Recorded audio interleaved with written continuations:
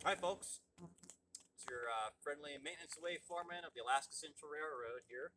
And so, as you've probably seen in some of the other videos of the upbound main line, some of the air work we're doing here, we just put a bunch of ballast down, a whole boatload, train load, excuse me, of ballast.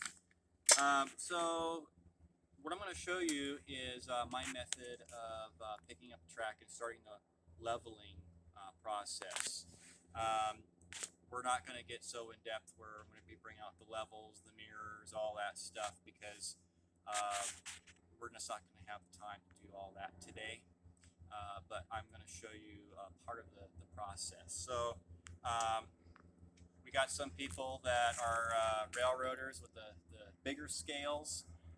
So you know what these are. These are tie tongs. And for those that may not have ever worked on big railroads, these are tie tongs. So you know what a tie is, and a tie, is underneath the track, right? And you have the plate, and I should say the tie plate. Then you have the rail, and then you have the spikes. Well, back in the old days, there wasn't all the hydraulic machinery that's available today for maintenance away guys with Danny Dancers, section hands, and all that good stuff, right? So if you had ties that you had to replace, you used track jacks. You had to pick up that little section of rail after you've pulled the spikes off your bad tie.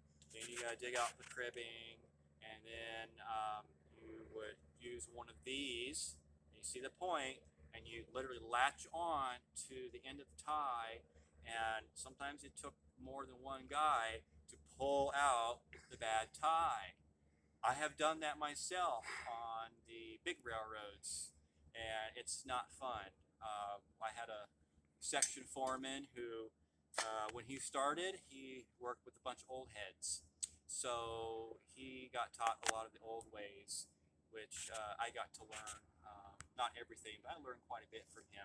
So, that's what these are. They're tie tongs. Now, how do tie tongs work in our smaller railroads? Well, our ties obviously don't fit here. So, as you can see here, we have everything, it's got a bunch of ballast here. So I'm going to come over here, and you're not going to be able to see the ties necessarily, but you're going to go down, and I don't know if you can see here what I got. Here's the rail, and there's two ties right there. So you're actually picking up the track by the rail. Watch this. See that? And you picked it up and you saw the ballast fall. We're going to continue down this way.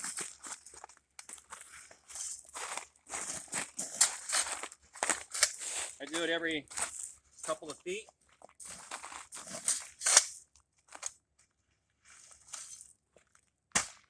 I don't always stomp it down, but I do every so often. If you find yourself smacking a tie, that's okay. Just move your tie tongs a little bit. So the reason why I like to do it this way, not everyone does it this way, but the reason why I like to do it this way is the bottom of the AccuTie ties, they're somewhat hollow. Okay. Well, by doing this, you're getting rock inside your ties, and it's locking your track in place a little better than if you just left it on the tie par and put the ballast on top and then tried to level it from there. Okay.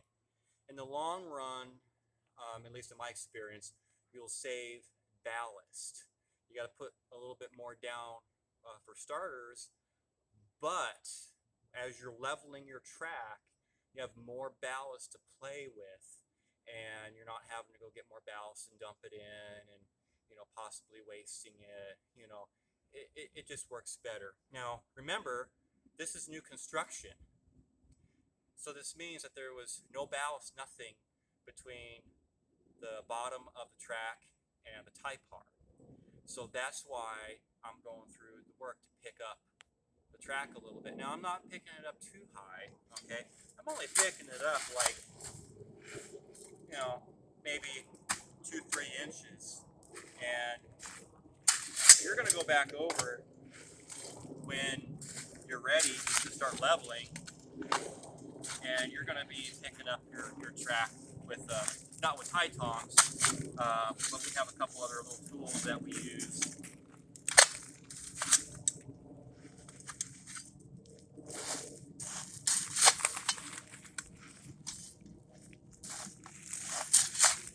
It's quite a bit of work, you know, when you have a bunch of ballast on your track and you're trying to pick up the track, but it's worth it in the long run. Trust me. This whole railroad, I've had other people over the years put track together, and it doesn't have the same treatment this way, but it works fine. So the track that I work on here, if I'm working on this or maybe a realignment somewhere, I will pick up the track just like this.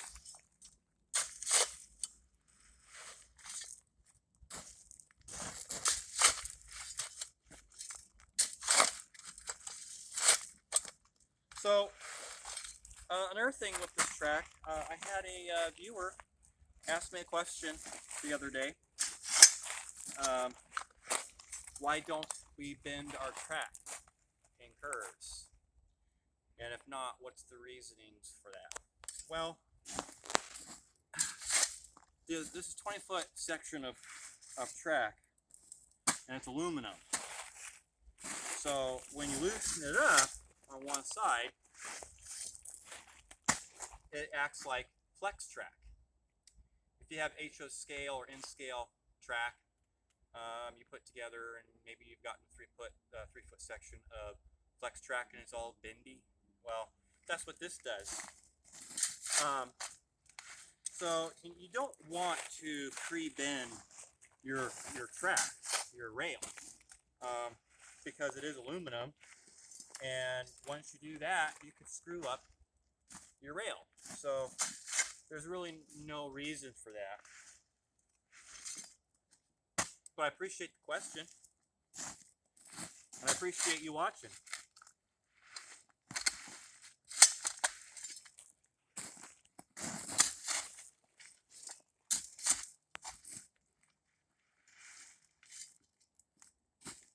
We don't level the track with tie tongs. You're not able to get it level. But when we get to that point, I'll be more than glad to show y'all how we do that. And I'm going to continue doing this, and also make sure that you're using proper body mechanics when you're doing this kind of work, because inguinal hernias suck.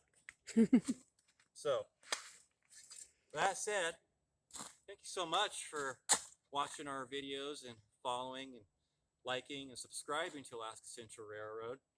And if you have any questions, comments, concerns, leave them in the comment section below. Remember, we're the Alaska Central Railroad. We're the main line through the Chugach Mountains. Have a great weekend.